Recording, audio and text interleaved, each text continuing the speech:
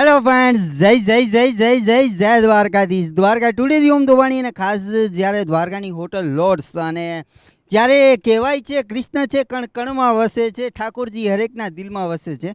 આપણી સાથે એક એવું જ એક કપલ છે જે લોકો હાલ જે દ્વારકાધીશની નગરી અને એમાં ખાસ જે દ્વારકાની લોર્ડ્સ હોટલની અંદર જે મેરેજ કરવામાં આવ્યા કાલના દિવસે.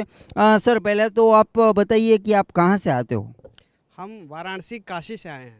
आज जो द्वारका नगरी में आके आप जो मैरिज की है, आप मिलन हुआ आपका, खास द्वारका नगरी क्यों, काशी छोड़ के द्वारका कैसे आना हुआ?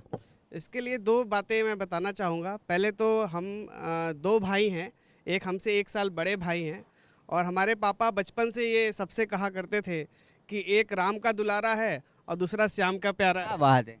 तो अब मेरे भैया जी जो हैं तो वो अपने पापा के मम्मी के हिसाब से उनके पहल से ही चला करते हैं हमेशा। मेरा थोड़ा सा अलग नज़रिया हमेशा से रहा है। मैं अपने पहल से चीज़ों को करता हूँ और सबकी सहमति उसमें लेता हूँ।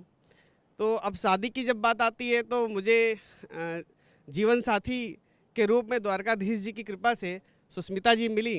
और मैं वैसे तो एक शिक्षक हूँ और मेरा वहाँ पे वाराणसी में एक इंस्टीट्यूट चलता है सुपर ट्यूशन्स नाम से, और उसी में हम दोनों लोग मिल करके उसको चलाते हैं।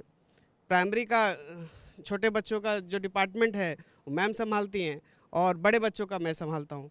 तो और एक और चीज़ है, इस कार्य को करने से पहले जो सुपर ट्यूशन्स और इंस्टीट्यूट हमने खोला उससे पहले मेरी जॉब लगी थी। जो दूसरी बात मैं बताना चाह रहा हूँ, 2013 में IIT BHU से जब मैं बीटेक पास किया तो वहाँ से मेरी प्लेसमेंट हुई थी। इधर अंबुजा नगर में अंबुजा सीमेंट्स का प्लांट है, वहाँ पे मैं इलेक्ट्रिकल इंजीनियर के रूप में प्लेस्ड हुआ था।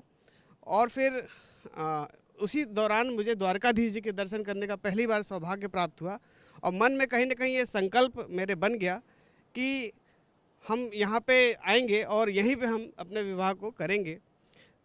उसके बाद फिर मैं अपनी जर्नी में आगे बढ़ा और द्वारकाधीश जी ने ये सपना मेरा आज पूरा किया और उसमें साथ देने के लिए यहाँ पे विथलानी मंडप, उसके बाद लॉर्ड्स होटल, और जो जैसा मैं चाहता था एक हमें समुद्र का किनारा और द्वारकाधीश जी का एक मंदिर हमारे सामने दिखता रहे और मंडप में हमारी शादी हो, तो वो सारी चीज़ें यहाँ पे हमें हमारा सपना यहाँ पे पूरा हुआ। और हमारे साथ हमारे पंडित जी भी आए हुए हैं काशी से, और उन्हीं के मार्गदर्शन से हम लोग यहाँ पे सारी चीज़ों को संपन्न किए हैं और जो भी रीति रिवाज है हिंदू सनातन धर्म का, उसके साथ हम लोग का ये विवाह संपन्न हुआ है। खास जो ये विचार आपको, जो प्रेरणा कहाँ से मिली? जो द्वारका की नगरी एक अद्भुत नगरी, कृष्णा है कण कण में विराजते हैं, ठाकुर जी हरेक के दिल में विराजते हैं, क्या फीलिंग थी आपकी? देखिए, अगर हम देखें तो विष्णु भगवान के 2 जो अवतार हैं वो लोगों के दिलो दिमाग में काफ़ी फेमस है, एक राम अवतार और एक कृष्ण अवतार।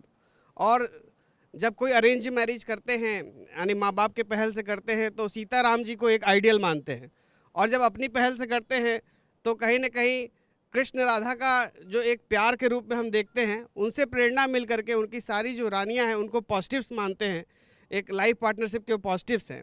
उसमें रानी जो रुक्मणी हैं उनको हम स्पेस मानते हैं, एक बराबर का दर्जा।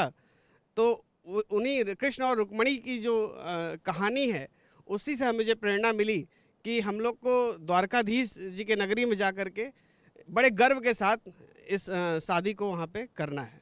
क्या बात है।